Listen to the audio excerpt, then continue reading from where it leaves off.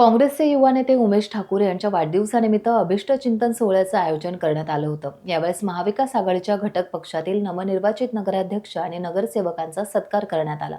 तसेच विविध क्षेत्रात उल्लेखनीय कामगिरी करणाऱ्या व्यक्ती आणि संस्थांचा कुलाबा जीवन गौरव पुरस्कार देऊन सन्मान करण्यात आला। या कार्यक्रमाला काँग्रेस नेते भाई जगताप, शेकाप नेते जयंत पाटील प्रमुख अतिथी म्हणून उपस्थित होते। भाई जगताप यांनी आपल्या भाषणात काँग्रेस नेते राजाभाऊ ठाकूर आणि उमेश ठाकूर यांच्या कामगिरीचं कौतुक केलं। शेकाप नेते जयंत पाटील यांनी आगामी काळात जिल्ह्यात महाविकास आघाडी मजबूत झाली पाहिजे, यासाठी शेकाप सर्वतोपरी सहकार्य करेल असे सांगतानाच अलिबाग नगरपालिकेत काँग्रेसला उपनगराध्यक्ष पद देणार असल्याची ग्वाही दिली।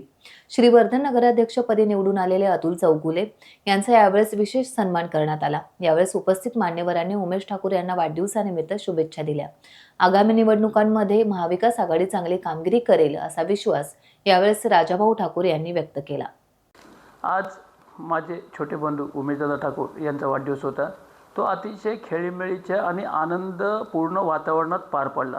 या वाढदिवसाला प्रामुख्याने आमचे नेते आणि भारतीय शेतकरी कामगार पक्षाचे आपले नेते माननीय जयंतभाई पाटील, त्याच पद्धतीने काँग्रेसचे आमदार माननीय भाई जगताप साहेब आणि इतर असंख्य मान्यवर आणि सर्वच पक्षाचे सर्व आघाडीचे सर्वच लोक या इथे उपस्थित होते।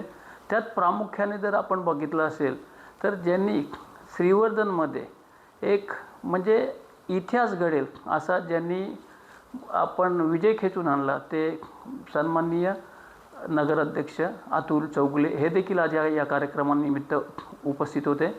आणि एकंदरीत आपण जर वातावरण बघितलं असेल तर एवढा उत्साहपूर्ण चोंडी नाक्यापासून मिरवणूक सर्व, कारण अलिबागचे सर्वच नगरसेवक, अलिबागचे नगराध्यक्ष प्रशांत शेठ नाईक, माझे बंधू जे अलिबागमध्ये सर्वाधिक मतांनी निवडून आले ते समीर उर्फ हुरीशेठ ठाकूर आणि सर्वच काँग्रेसच्या शेतकरी कामगार पक्षाचे आणि शिवसेनेचे असंख्य नेते मंडळी आणि कार्यकर्ते एकत्र येऊन हा वाढदिवसाचा कार्यक्रम आज आम्ही संपूर्ण सर्वांनी आनंदाच्या वातावरणावर साजरा केला।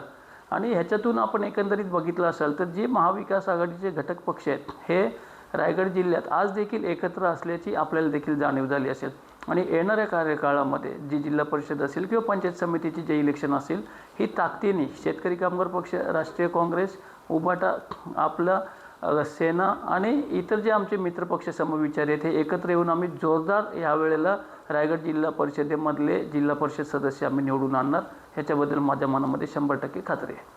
टाइम्स डिजिटलला लाईक करा, सबस्क्राईब करा, शेअर करा आणि बेल आयकॉन दाबायला विसरू नका। पाहत रहा टाइम्स डिजिटल।